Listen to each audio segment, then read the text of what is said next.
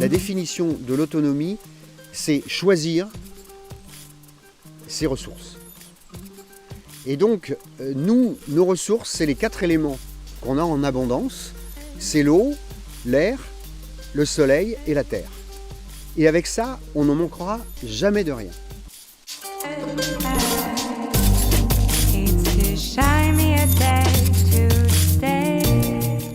Pendant 20 ans, on a essayé ici de mettre en œuvre, à partir de l'étude de nos besoins fondamentaux, comment trouver des techniques simples, économiques, reproductibles, pour pouvoir faire en sorte que tous les gens de la planète puissent vivre heureux et sans passer par un système destructeur.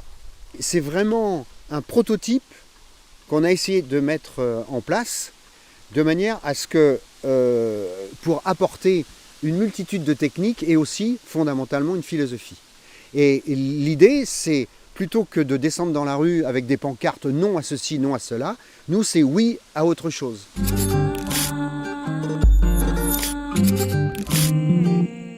Une maison autonome, comme son nom l'indique, c'est une maison qui n'est plus raccordée au réseau d'eau, au réseau électrique, au réseau d'épuration. Alors l'autonomie énergie, c'est 6 mètres carrés de photopile qui nous permettent pendant 7 mois de l'année d'être complètement autonomes, plus une éolienne qui, comme en été, en hiver, il n'y a pas de soleil, il y a beaucoup de vent, ça fait le complément. Donc l'autonomie énergétique, c'est vraiment pas mettre ses œufs dans le même panier, et c'est le vent et le soleil. Alors l'autonomie en eau, dès qu'on est arrivé, on avait un puits, on a immédiatement arrêté le compteur d'eau. Le puits a été vite pollué. Au bout de 10 ans qu'on est arrivé ici, il était pollué par les pratiques agricoles. Je ne développe pas. Et on récupère l'eau des toits sur de l'ardoise ou de l'argile.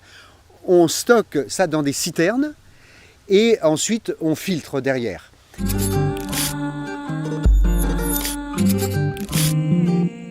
La maison autonome, c'était une nécessité pour démarrer sur une famille, c'est un petit nombre, pour expérimenter. Donc maintenant, on expérimente sur un collectif, et puis là, il va s'écouler très peu de temps pour que je sois invité à expérimenter un village écologique de 100 personnes. On a fait une maison à moins de 25 000 € de matériaux vraiment solaires, avec du stockage thermique sous forme de briques de terre crue à l'intérieur, et on a fait un habitaire à 10 000 € de matériaux. Donc dans les deux cas, c'est des maisons en paille, en technique poteau-poutre, avec une ossature en bois, et avec des enduits terre intérieur, extérieur, quand même des poutres pour le toit, et on s'est contenté de mettre du feutre bitumeux sur des plaques au niveau du toit. Et donc ça fait une maison à 10 000 €. Je précise quand même où il faut presque rien pour la chauffer, extrêmement tempérée, très agréable à vivre, avec des baies vitrées, avec une belle aération de la bulle qui monte et qui descend en haut. Ici, c'est une maison de 70 mètres carrés, très, très performante aussi. Donc moi je suis ravi qu'il y ait des tas d'expériences comme ça en France et ailleurs.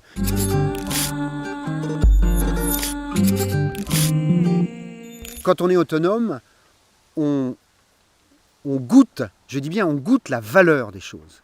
C'est-à-dire qu'une lampe allumée, c'est tant de tours d'éoliennes, c'est tant de jours de vent.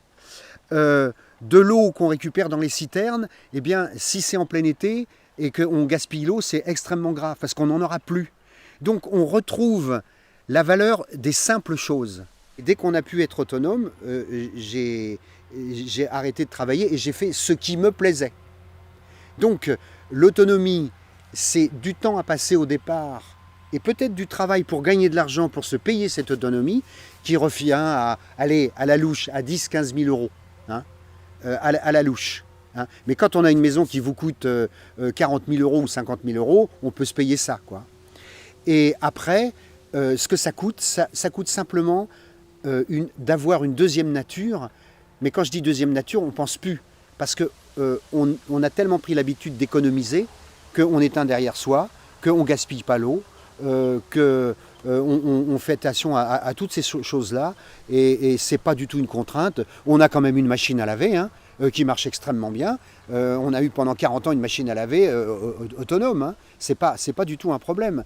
On a tout le confort, on a les lampes, on a l'aspirateur, on a le fer à repasser. On n'a pas le frigidaire parce qu'on n'en a absolument pas besoin et que c'est une pollution électromagnétique dans une maison et que c'est laid comme tout. Mais on a la DSL, on a le confort de tout le monde, donc il n'y a que des avantages à être autonome. Simplement, il suffit de le décider et de se déconditionner et dire qu'on est capable d'être autonome.